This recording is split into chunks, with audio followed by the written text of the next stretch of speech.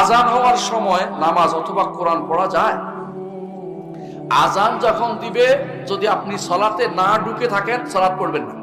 কি করবেন? আজানের জবাব দিবেন। আজান শেষ হলে আজানের জবাব দিয়ে দুরূদ পড়তে হয় রাসূলের উপরে। তারপরে কি করতে হয়? দোয়াটা শেষ করতে হয়, আল্লাহুম্মা রাব্বা হাযিহি দাওয়াতি তাম্মা, আছে না, ওইটা পড়বেন। এরপরে যাইয়া আপনি সুন্নত সালাতে নিয়ত করবেন, যদি সময় পান। না পাইলে ফরজে ঢুকে যাবেন। খেয়াল করেন জিনিসটা। কিন্তু কোনো ক্রমেই আজান দিচ্ছে, আপনি নামাজ পড়ার পণ্ডিতি করবেন। আজান দিলেও কোরআন তেলাওয়াত বন্ধ। কারণ কোরআন তেলাওয়াতের সময় পাওয়া যাবে, কিন্তু আজানের জবাব দেওয়ার আর সময় পাওয়া যাবে না। যে জিনিস চলে যায় ওই জিনিসটা আগে করতে হয়। যে জিনিস চলে যাবে এটাকে ওই সময় করতে হয়, কারণ এটা পরে আর করা যাচ্ছে না। আজানের জবাব দেওয়াটা ওয়াজিব। আজানের জবাব মুখেও দিতে হয়, কর্মেও দিতে হয়। মুখে দিতে হয় কি?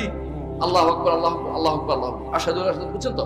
আর কর্মে কি? প্রস্তুতি নিতে হয়। একজন মানুষ মুখে দিলে নামাজ পড়লেন না, তো লাভ হলো না, বুঝছেন কিনা? কারণ আপনাকে সালাত আদায় করতে হবে মুখেও, এবং কর্ম সেটা এই মুখে আদায়, কর্ম মুখ দিয়েও জবাব দিতে হবে, এবং কর্ম আদায় করতে হবে, সালাত আদায় করতে হবে। আশা করি শেষ হয়েছে।